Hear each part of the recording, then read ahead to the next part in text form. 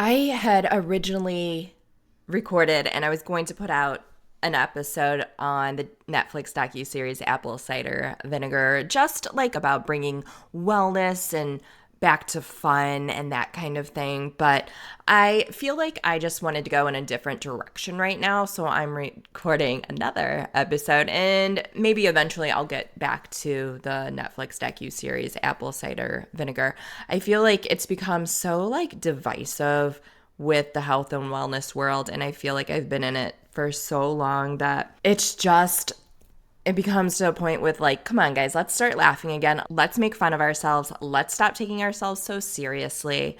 And right now, I just wanted to do a completely other topic. So here we are, and that's what I'm doing. So in this episode, I want to talk about breaking free from Girlboss era, healing from hustle culture, and people pleasing. So, welcome back to Fit, Fun, and Frazzled. I'm your host, Nikki Lanigan, and I think a lot of us can relate to this topic, breaking free from that hustle culture mentality, that hashtag girl boss era that had us all believing our worth was tied into how much we were doing, how much we achieved, and the never ending cycle of people pleasing. If you are a burnt out Gen Xer or millennial, especially the later end of Gen X and millennials, the Xennials, a recovering workaholic, or someone who has spent years putting everyone else before yourself, this episode is for you. We're talking about what led us here, how the mindset has impacted our health and happiness, and most importantly, how to recover, how to slow down, how to redefine success in the way that actually feels good to us. I'll also talk about, did our parents have this too? Did they have it just as hard? Did they have it worse? And the difference between our grandparents, our parents, and ourselves. So grab a cup of coffee, maybe tea, maybe matcha. Let's take a deep breath together. Exhale out. And let's get started. We dive deep into the world of wellness, work, business, and everything in between. From the latest in fitness, nutrition, and the challenges of motherhood to managing stress, I cover it all. As we explore ways to enhance your physical health, nourish your mind, juggle the demands of modern life, whether you're looking for a burst of inspiration or practical tips to overhaul your routine, you're in the right place. Let's get started on this journey together. I'm your host, Nikki Lanigan, and this is Fit, Fun, and Frazzled. So welcome back, guys, and thanks for tuning in again to Fit, Fun, and Frazzled. Let's get started with this. How did we get here? And I was this, first starting out maybe like 7 years ago or something, just getting on Instagram with my yoga and fitness, hashtag girl boss, hashtag solopreneur, like doing all that. And why are so many of us exhausted? We're overwhelmed. We're wondering, how do we get caught up in this cycle of doing more, achieving more, feeling like nothing is ever enough. We have to go, get another training, get another certificate, get your PhD, get your doctorate, like constantly doing more. So, first I want to talk about the hashtag girl boss era and its promises. Around 2010, we were all sold the idea that if we just worked harder, woke up earlier, 5 a.m., 6 a.m., optimize every single part of our day, hustle nonstop, we could have it all. Play hard, work hard. Success was glamorized as running multiple businesses, climbing the corporate ladder, being the go-to woman of your field, all while having the perfect morning routine, green juice in hand, Pinterest-worthy home. And let's just be real, it was exhausting. I fell in it. I still kind of fall in it sometimes, posting my like morning routine and stuff, but I hope I make it feel accessible, that it's like literally 5 minutes long and I do it while I'm doing other things, because there is benefits in having a morning routine that inspires you, uplifts you, and sets the tone for the day. I mean, I don't want to discredit that. So let's talk about real quick hustle culture and burnout. Hustle culture made us believe that rest was lazy, that slowing down meant we weren't ambitious enough. I still get my clients, a few of them that are females and moms, say and tell me, what did you do this weekend? Oh, I was kind of just lazy. Oh, I just sat around on the couch and watched a show and was lazy. We say these things.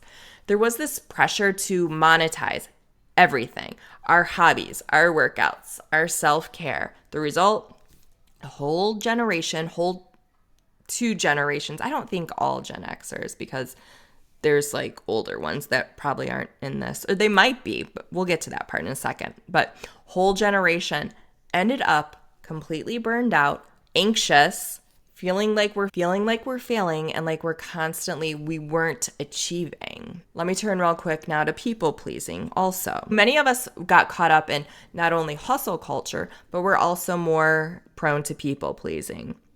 You can be both, or you can be one or the other, but we weren't just chasing success in ourselves. We were seeking external validation as well. We wanted to help everyone else. So like we were looked at as selfless. We wanted to be seen as reliable, hardworking, capable. We wanted others to approve us. And when we finally hit a wall, we realized none of it actually made us like happy. We're all stressed out and overwhelmed. So what did all this actually do? Let's talk about the physical, mental, and emotional toll that hashtag Girlboss and hustle culture mindset had on us. 1, chronic stress and anxiety. Of course, we can have clinical diagnosis of anxiety. I'm not saying that this like gave you anxiety or but living in constant stress mode, it can wreak havoc on your nervous system. It can lead to burnout. It can lead to anxious feelings and anxious thoughts. It can lead to physical symptoms like headaches, migraines. Hello, I have that. I notice that it is my stress and I'm not sleeping. It can lead to fatigue. It can lead to gut issues. When you're always on, like quotation marks on, your body doesn't have time to rest and to recover. If you're always in fight or flight, your body can't ever be in rest and digest. If you're opening an email and you have tons of emails or you're getting tons of notifications on your phone, your brain is always like, oh, gotta multitask, gotta do this, gotta do this, gotta do this. And then that like perpetuates the now what, Many of us have forgotten what it's like to just exist without being productive. If you've ever felt guilty for relaxing or for not having a side hustle, you're not alone. We became so focused on doing that we lost just being. Also, hustle culture has fed into people-pleasing tendencies. We're overcommitted. We say yes when we are tired. We say yes when we want to say no. And then sometimes if you do that, you might end up being and feeling resentful. Many of us had to learn the hard way that being busy isn't a personality trait. It's a coping mechanism. So I want to say this again. Being busy isn't a personality trait. It is a coping mechanism. Let's take a quick break. Word from my sponsors. So I really only take probably 2 supplements. It's magnesium and probiotic. The probiotic I use is Sakara. I've tried a lot. Sakara really does help my gut health. It doesn't make me bloated. They're not supposed to make you bloated, but some probiotics out there have. Sakara is the one I prefer. And if you would like to try any of Sakara's products and even their meal plans, go to my show notes, click on the link, put in the discount code, 20% off your whole Sakara order. The protein powder I use is Nishi, and it helps with hormone health. It helps with migraines, polycystic ovarian syndrome, PMS, acne. If you get hormonal acne, it helps if you're in perimenopause and menopause. It helps with hot flashes, all those symptoms. I have 20% off. They also have a cacao spread and other spreads.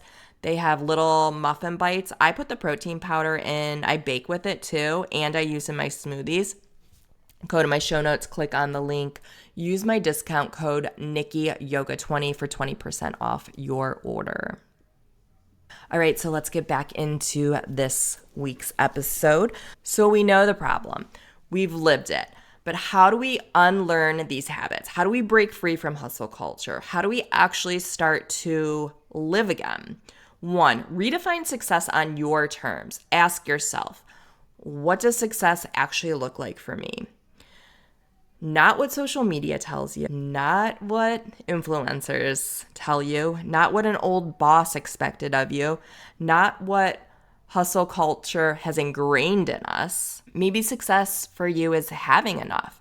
Maybe it's working from home and starting your own business and having more hours in the day to allocate to other things like taking your kids to school. Maybe it's starting a savings account. Maybe it's taking a trip. Maybe it is just able to breathe. It's not constantly striving for more, doing more. Number 2, normalize rest and play. And I think I've said this on other podcast episodes. In the mentality I had in the early 2000s, it was work hard, play hard. My generation said that all the time, whether we were in college or just starting out in the workforce in our early and mid 20s. We said that. That was normal. Work hard, play hard. Rest isn't something you need to earn. It's something you actually need. So remember that. You don't need to earn your rest. You don't need to earn relaxing. It is something you actually need. Start incorporating small, guilt-free moments throughout your day or into your day. Do things for fun. Not everything needs to be productive. Not everything needs to be a to-do list, like checking boxes off your list. Number 3, heal from people pleasing. This is one I suffer from, and I have to remember coming back to it a lot. Practice saying no without explaining. Set boundaries around your time and energy. And remember, taking care of yourself doesn't mean you're letting others down. You're taking care of yourself. Number 4, ditch the all or nothing mentality. You don't have to quit everything and move to some remote island to break free from hustle culture. Let's talk about starting small. Unfollow accounts that make you feel like you're not doing enough. Limit your screen time. Allow yourself to do less and see how that feels. Number 5, integrate intuitive wellness and mindset work. So move your body in ways that feel good, not as punishment. Prioritize health without obsession. So mine, I talk about regularly. I balance Eastern and Western medicine. I balance holistic wellness with science. That feels good to me. And I don't obsess. I don't follow accounts that just tell you, this is bad, this is bad, this is bad. Meditate, journal, affirmations, maybe even pull an oracle card, pull one of my affirmation cards, or just sit in silence for a minute. Slow down, breathe. So did our parents have it just as hard? This is such an interesting question. Are we actually doing more, or are we just now acknowledging it more than past generations? And this is something I want to break down because absolutely, if you think about it, Gen X and baby boomers worked long hours, many of them in physically or mentally demanding jobs, often with fewer boundaries than we set today. Growing up in the 80s and 90s, that was peak hustle culture, but in a different way. They were climbing the corporate ladders. They were working overtime. They were prioritizing career over personal life.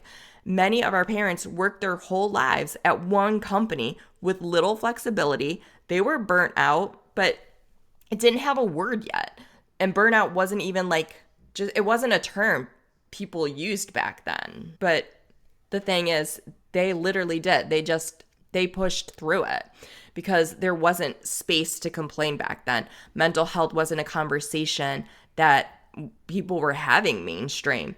There were no viral posts about setting boundaries. There was no post about talk, burnout, recovery. You were just expected to work and work hard and be grateful about it. So then the other thing, are we actually doing more?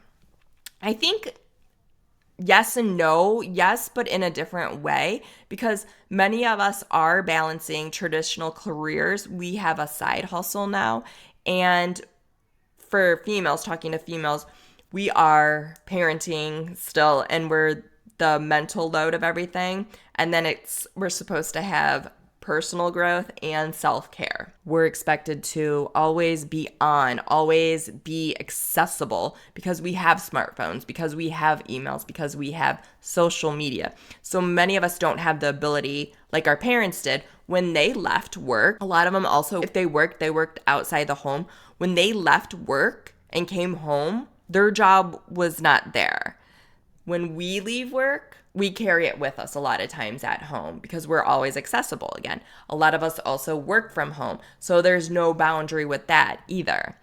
And then with our parents' generations and grandparents' generations and what we're seeing now, they have the job security and we have really high inflation right now. So in a way, we're working just as hard, if not harder, if we're doing all those things, but with more distractions and more demands and less long-term security. We don't have the same security our grandparents and parents had. Are we complaining more? Are we just more self-aware? So this is another thing I want to talk about because I hear a lot, like our generation, the later Gen Xers and millennials, we're complaining all the time. And we're snowflakes and raising snowflakes and sensitive, entitled kids. I think the biggest shift, though, is we're not necessarily weaker or lazier, if you want to say lazier. We're just acknowledging what previous generations ignored. Our parents pushed through because they had to. We're the generation saying, wait, do we actually need to live like this? Do we want to live like this? We're talking about burnout. We're talking about mental health. We're talking about boundaries. We're talking about self-care. We're talking about work-life balance. And that's good. In ways previous generations, they didn't have the language for it. It means we're evolving. And that's a good thing to talk about. The difference between 80s and 90s hustle culture, and that's like our grandparents might have had it too, but I'm just talking about that because I was a kid during the 80s and 90s hustle culture versus now. Then you left work at work when you left work. No emailing at 9 p.m. In the 80s and 90s, hard work meant upward mobility. You worked hard. Usually, it's not linear, but I'm saying usually you worked hard. You saw movement up. Now you work hard. It's not a guarantee you're going to see a reward. So another thing, are we just soft now? No, we are just more aware. Our parents' generation didn't have the luxury of questioning things. They just did what they had to do. Finally, we are having conversation. What's sustainable? What's healthy? And what actually leads to a fulfilling life? That's not weakness to me. That is growth. So I think we should look at it like this. The goal isn't to work less, it's to work smarter and live better. We're allowed to break cycles. We're allowed to set boundaries. We're allowed to create a vision of success that doesn't leave us burned out. Our parents worked hard, but so do we. The difference is we're asking, is there a better way? So here's the thing. Breaking free from hustle culture and the hashtag Girlboss era, it's not about quitting everything and doing nothing. It's about consciously choosing what works for you and letting go of the guilt around doing less. I think it's about realizing that your worth isn't tied into how productive you are.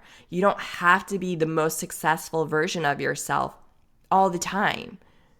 You just have to be you. If you love my podcast, please subscribe. I'm trying to grow my subscription. I'm going to go out there. Let's put this into the universe. I'm going for 1 million subscribers by December 2025. So let's continue this conversation about how we can unlearn hustle culture, embrace balance, and redefine success in a way that actually feels good. If this episode resonated with you, I'd love to hear from you. DM me either at nikkilanigan.yogaandwellness on Instagram or my other Instagram page, Fit, Fun, and Frazzled Podcast. Let me know. Let's continue this conversation about how we can unlearn hustle culture, embrace balance, and redefine success in a way that feels good to us. If you're looking for more support in shifting your mindset and reclaiming your energy, check out my free one-on-one 30-minute call and see if coaching is something that will benefit and help you. Thank you for tuning in today. Thank you for listening. Take care of yourself and have an amazing week. Mantra matcha is my favorite matcha. The traditional ceremonial grade matcha is my favorite. There's also a turmeric one, there's a banana, there's a strawberry, so many good flavors. They also have utensils and tools like the little matcha frother, wooden bamboo spoon. Go to my show notes, click on the link, 15% off your purchase.